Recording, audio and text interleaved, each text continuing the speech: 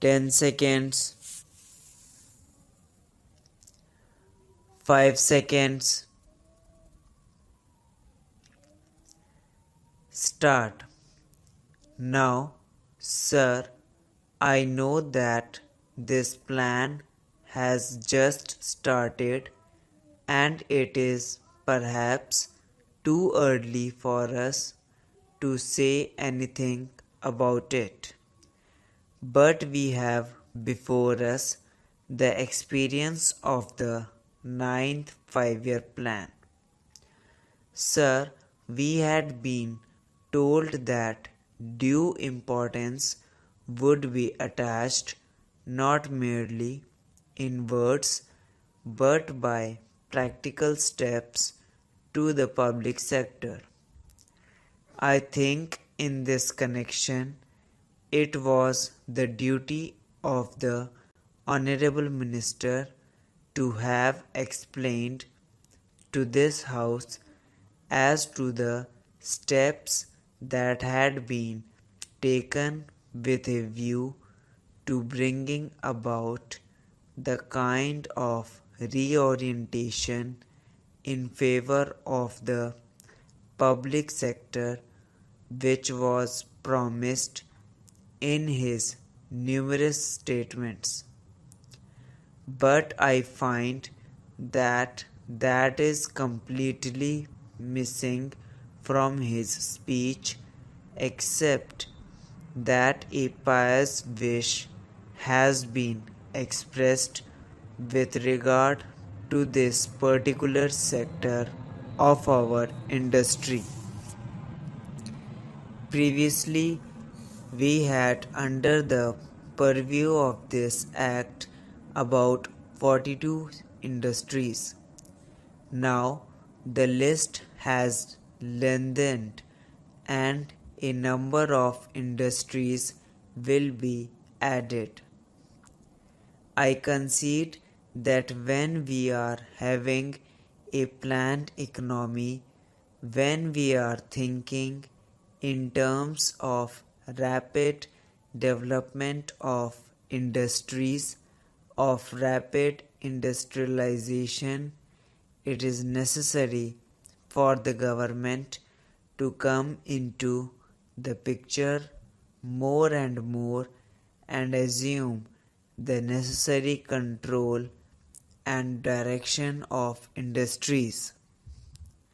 I am not opposed to it at all.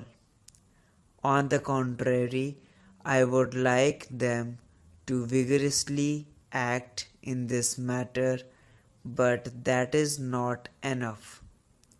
We must examine as to whether the direction, regulation, or whatever you call it is on the right lines, how it has worked. We have got such general statements from the ministers that they do not throw much light for us laymen on the matter. I wish that when such measures are brought before the House, a kind of white paper or whatever you call it is circulated among the members. You do not expect that we laymen in this House would easily understand these things until and unless we have some opportunities of studying the relevant data and the material on the subject.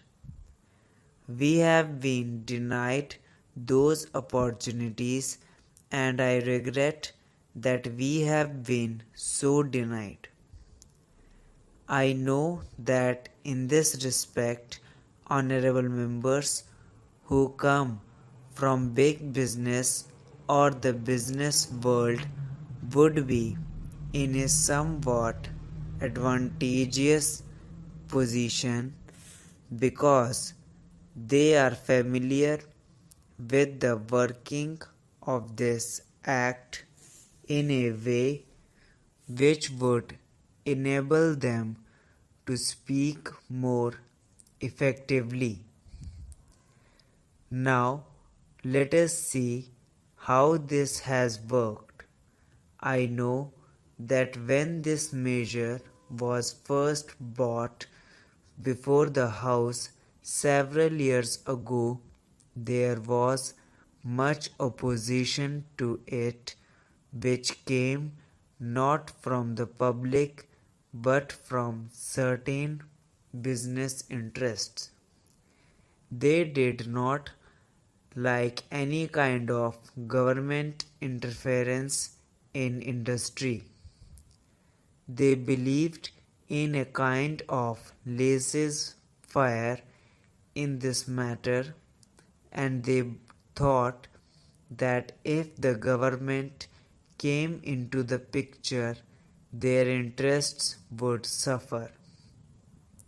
Naturally, they were openly hostile to these kinds of powers for the government, but that was not the view of the country. I think that by and large public opinion was in favor of government controlling industries, not the type of control that we had at the time of the World War, but a type of control which sets before itself certain objectives, and as the objectives became clearer and clearer as the government pronounced itself more and more in favor of industrialization in the country, public opinion strongly veered round that particular point of view of the government in this matter, namely that government should have control over our industries. But it is the government which has not lived up to its promises. I think that in some respects they have let the people down, and the expectations of the people have been belied. Now take for instance the period between 1991, when the measure was first adopted, and now. What do we see? We do not have compact figures for the entire period. We have got only certain figures with regard to this matter. I would refer only to the progress reports on the 7th 5-year plan. There you will see that the government had not taken any very effective steps for the development of the public sector. It is true that certain steel mills got going under the 7th 5-year plan, and more will be started under the 8th plan. But if you look at the picture, you will find that the public sector was considered to be a secondary matter. It was the private sector which got all the attention and assistance of the government. I am not at all suggesting that government was totally unmindful to the public sector. What I am saying is that when the government entered into the picture, it did not give to the public sector the attention that it deserved.